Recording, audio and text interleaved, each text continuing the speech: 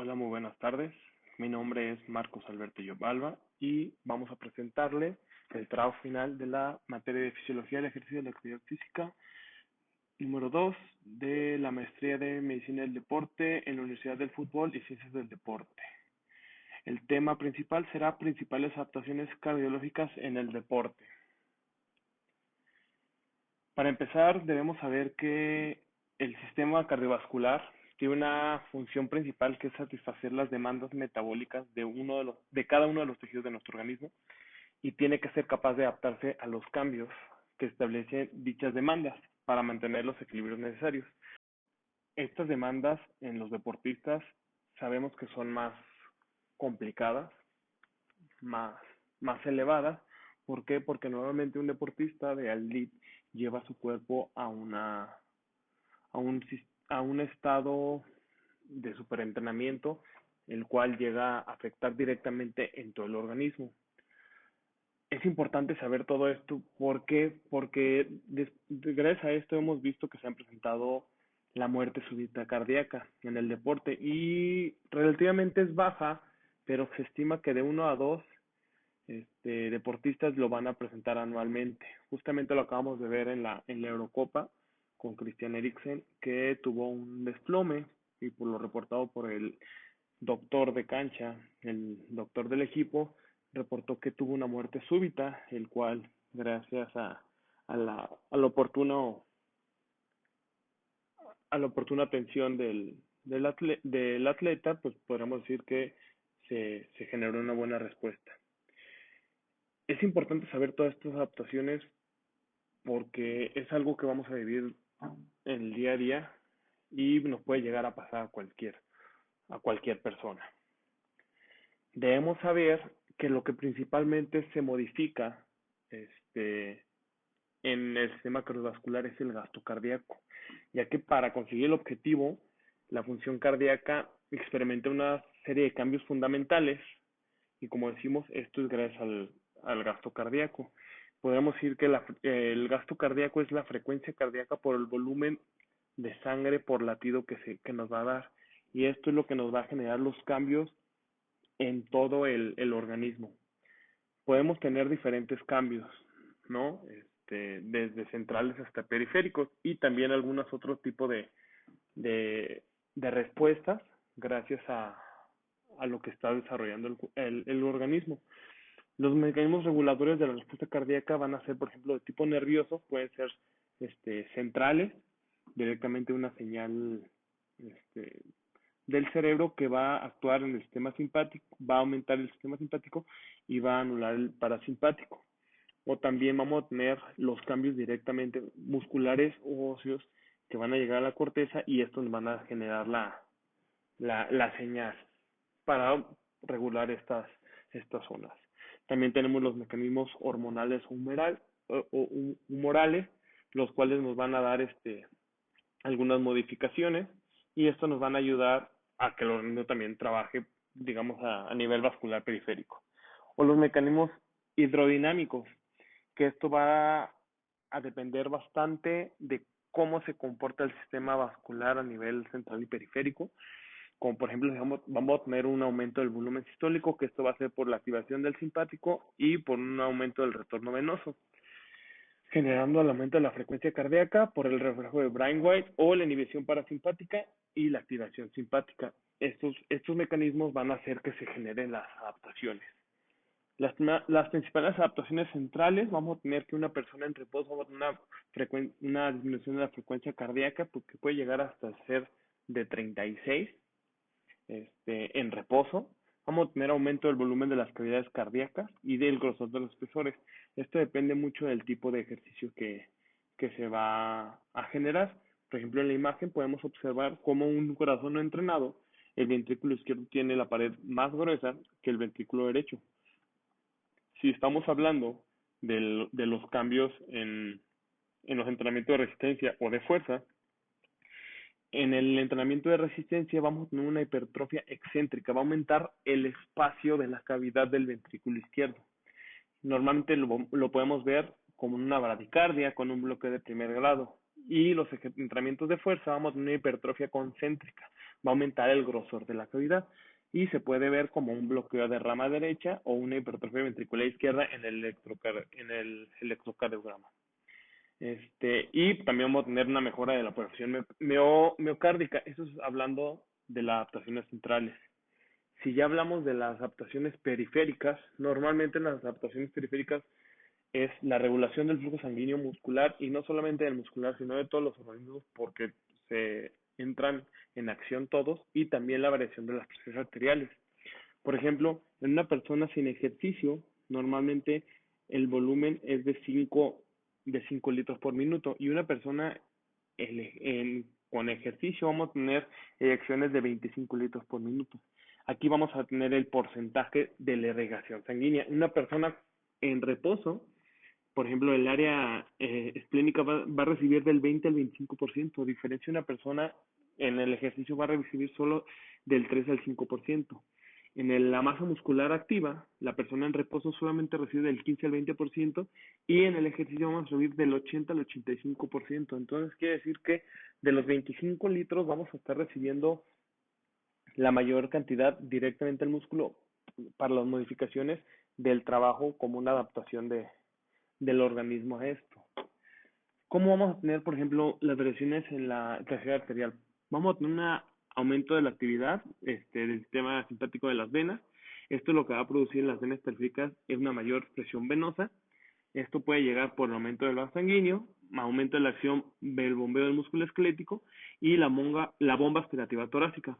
Vamos a tener mayor retorno venoso, mayor presión en la aurícula, mayor volumen diastólico final, produciendo que en el músculo cardíaco un mayor volumen de eyección, justo por la actividad simpática. Y el nodo sinoauricular va a aumentar la frecuencia cardíaca, aumentando el volumen por minuto, lo que va a llegar a afectar la tensión arterial. Pero a nivel local vamos a tener que diferentes, ¿cómo se llama? Diferentes mecanismos, electrolitos, proteínas, metabolitos, van a llegar a activar, por ejemplo, las hormonas. La hormona antidiurética va a aumentar el radio en las arteriolas, el nervio simpático también va a actuar como eso, el hematócrito va a afectar la viscosidad sanguínea, la velocidad del flujo sanguíneo, que sabemos que va a estar aumentado, la fricción de los hematíes, porque los letales en punto de estrechamiento, esto también va a aumentar la viscosidad sanguínea, esto va a producir una resistencia periférica total, lo cual puede llegar a afectar directamente a la tensión arterial. Es un tema muy importante, el cual debemos hacer mucho hincapié, no solo porque ahorita está de moda por lo que acaba de suceder en la Eurocopa, sino para la prevención de esto. Anteriormente sí se, sí se daban muchas afectaciones, muertes súbitas en los atletas.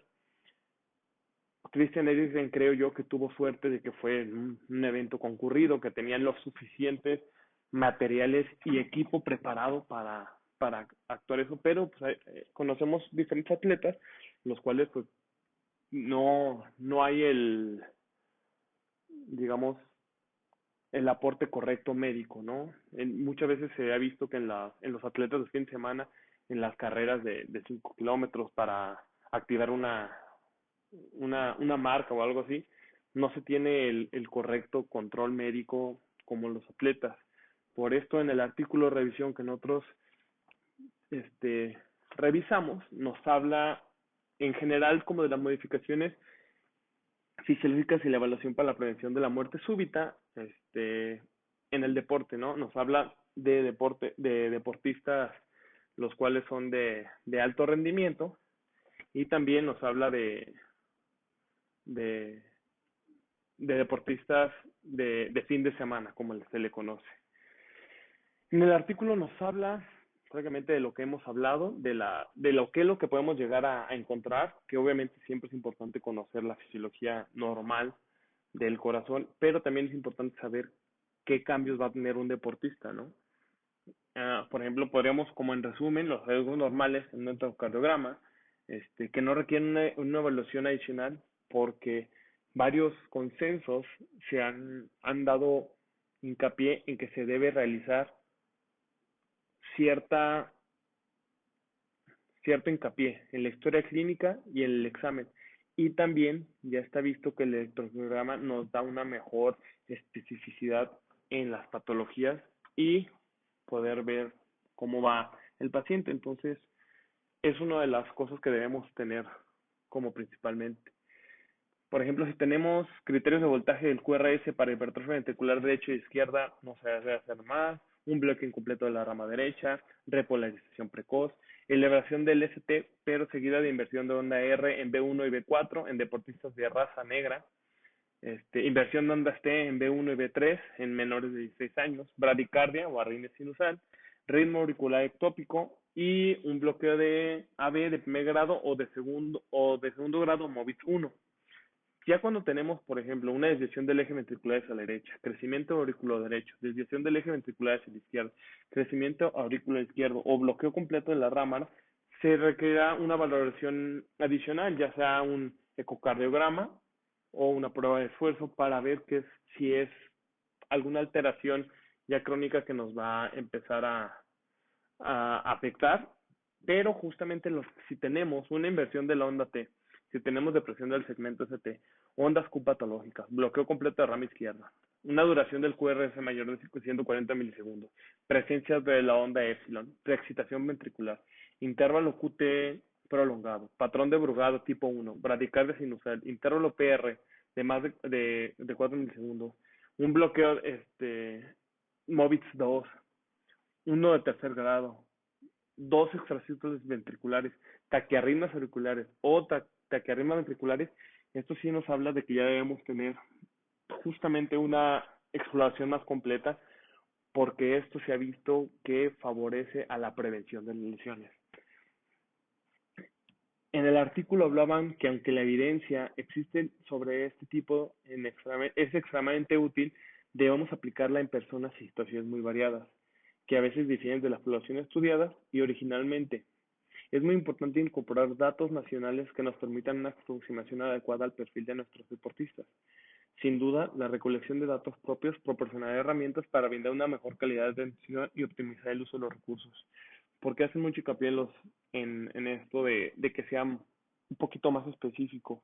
Este artículo es de Uruguay, nos habla de la Sociedad de Cardiología, pero sabemos que el nivel del mar en Uruguay a México, la Ciudad de México, Pachuca, Guadalajara, diferentes ciudades de México es muy variado y vamos a tener diferentes alteraciones y es importante saber por qué, porque también debemos saber dónde va a competir el atleta y cómo están las adaptaciones para ese nivel.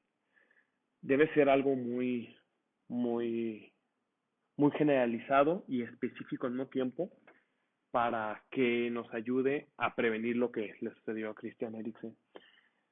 Como había dicho, es importante conocer el tema y cómo actuar ante cualquier situación antes de las competencias y durante las competencias y posterior a las competencias. Creo que algo que debería ser muy básico para los médicos en general del deporte es el ACLS, saber cómo interactuar. Sabemos que a lo mejor en México es difícil tener acceso a un DEA, pero sí sería importante que en eventos tan importantes cuando tenemos tantas personas, sí deberíamos tener el acceso a mínimo al DEA o tener la oportuna este, valoración y acción que nos puede preparar justamente por el ACLS. Hablamos del artículo que es deporte, modificaciones fisiológicas y evaluación para la prevención de la muerte súbita, Corazón del Deportista, que fue publicado en la revista Uruguaya de Cardiología en el 2020. Basamos también, gracias al libro de Chicharo, que se podría considerar uno de los libros más importantes en la medicina del deporte. Y en mi caso también usé los libros de patologías en deporte de equipo, corazón y deporte, de un diplomado que tomé de la Barça Innovation Hub Universitas. Pues muchas gracias por su atención y espero estén muy bien. Muy buenas noches.